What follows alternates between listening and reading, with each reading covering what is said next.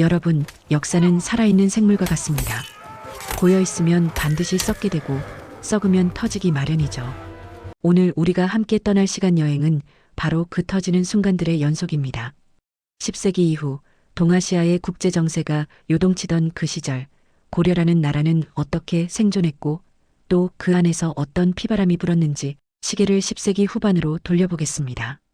당시 중국 대륙의 중심인 중원에는 송나라가 자리 잡고 있었고 북쪽 초원지대에는 거란족이 세운 요나라가 무시무시한 기세로 떠오르고 있었습니다. 고려는 딱 이 두 거대 세력 사이에 끼어 있었죠. 고려는 외교면 외교, 전쟁이면 전쟁, 아주 기막힌 줄타기를 시작합니다.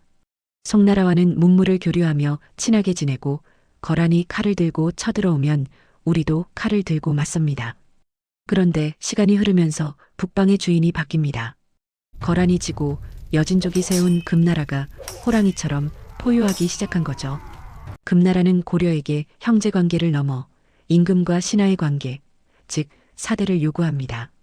고려 조정은 고민에 빠집니다. 싸울 것이냐, 고개를 숙일 것이냐. 당시 고려의 지배층은 현실적인 선택을 합니다. 전면전은 피하자, 일단 실리를 챙기자. 결국 금나라와 사대 관계를 맺습니다. 자존심은 좀 상하지만 덕분에 전쟁 없는 평화가 찾아왔습니다. 외부의 적이 사라지면 어떻게 될까요? 칼끝이 내부를 향하게 됩니다. 평화가 길어지자 고려 내부 지배층 사이에서 권력 독점욕이 스멀스멀 피어오르기 시작합니다. 왕을 보좌해야 할 신하들이 이제는 왕보다 더 높은 곳을 바라봅니다. 과거 시험도 음서제도도 모두 특정 가문들이 싹쓸이해버립니다. 끼리끼리 결혼하고 왕실과 사돈을 맺으면서 그들만의 철옹성을 쌓죠. 우리는 이들을 문벌 귀족이라 부릅니다. 그 중에서도 끝판왕이 등장합니다. 바로 경원 이씨 가문입니다. 문종 때부터 인종 때까지 무려 7대에 걸쳐 왕비들을 배출합니다. 왕의 장인, 왕의 외할아버지가 다 한 집안 사람인 겁니다. 이 가문의 정점에 서 있던 인물, 바로 이자겸입니다. 이자겸의 권세가 어느 정도였냐 하면 남의 집을 강제로 빼앗는 건 예사고 심지어 왕에게 올리는 선물보다 이자겸에게 들어오는 뇌물이 더 많았다고 합니다. 스스로를 왕과 동급이라 생각했던 이자겸, 결국 선을 넘습니다. 어린 왕 인종을 독살하고 자신이 왕이 되려 하죠. 이게 바로 이자겸의 난입니다. 비록 실패로 끝났지만 이 사건은 고려 왕실의 권위가 땅에 떨어졌음을 그리고 문벌 귀족 사회가 얼마나 썩었는지를 만천하에 보여준 충격적인 사건이었습니다. 이자겸은 사라졌지만 혼란은 끝나지 않았습니다. 개경의 궁궐은 불탔고 왕권은 바닥을 쳤습니다. 이때 이 모든 게 다 개경의 땅 기운이 쇠했기 때문이다. 라고 외치며 등장한 세력이 있습니다.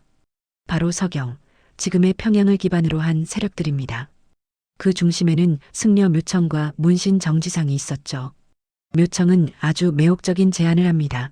서경으로 수도를 옮기십시오. 그곳은 명당 중의 명당이라 그곳으로 가면 금나라가 제 발로 항복하고 주변 36개국이 머리를 조아릴 것입니다. 무너진 왕권을 되살리고 싶었던 인종은 마음이 흔들립니다. 묘청은 한술 더 떠서 우리가 황제국이라 칭하고 독자적인 연호를 쓰자. 금나라를 정벌하자. 라고 외칩니다. 고려의 자주성을 되찾자는 거죠. 하지만 기존 기득권 세력인 개경파가 가만히 있을 리가 없습니다. 말도 안 되는 소리. 금나라는 대국이다. 함부로 건드렸다가 나라가 망한다. 개경파의 수장은 그 유명한 삼국사기의 저자 김부식입니다. 결국 인종은 김부식의 손을 들어줍니다. 서경천도는 실패합니다. 벼랑 끝에 몰린 묘청은 서경에서 반란을 일으킵니다. 하지만 김부식이 이끄는 광군에게 처참하게 진압당하고 맙니다.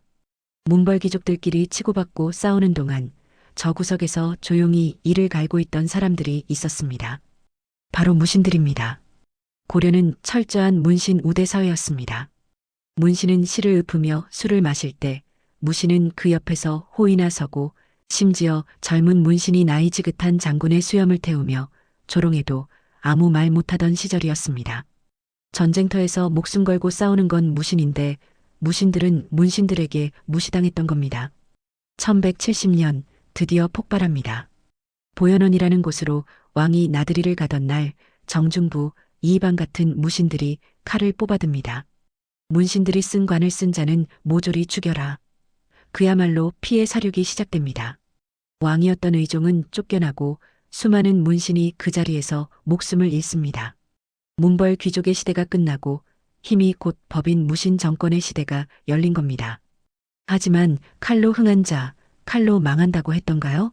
무신 정권 초기에는 자기들끼리 죽고 죽이는 권력 다툼이 끊이지 않았습니다. 어제의 동지가 오늘의 적이 되어 목을 베는 날들이 이어졌죠.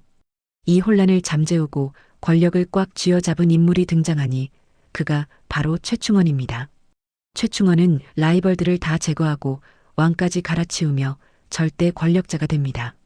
그는 교정도감이라는 기구를 만들어 국정 전반을 장악합니다. 그의 아들 최우는 한술 더 떠서 인사권을 장악하는 정방을 설치하고 사병 집단인 삼별초를 운영하며 최씨 가문의 독재 체제를 완성합니다.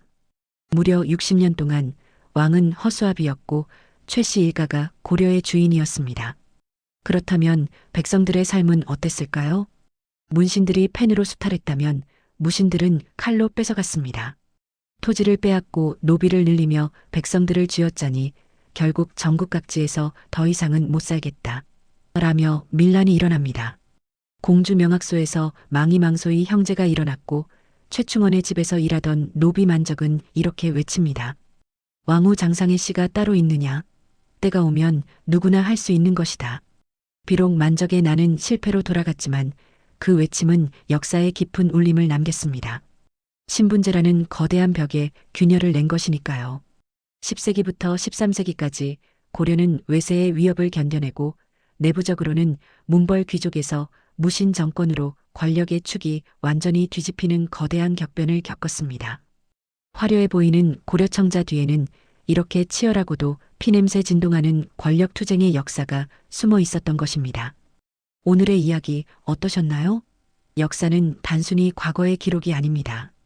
권력이 어떻게 부패하고 억눌린 자들이 어떻게 폭발하는지를 보여주는 거울이죠. 고려의 이 격동기가 지금 우리에게 던지는 메시지는 무엇일까요? 구독, 좋아요, 댓글은 다음 이야기를 준비하는 저에게 큰 힘이 됩니다. 역사 스토리텔러 철수였습니다.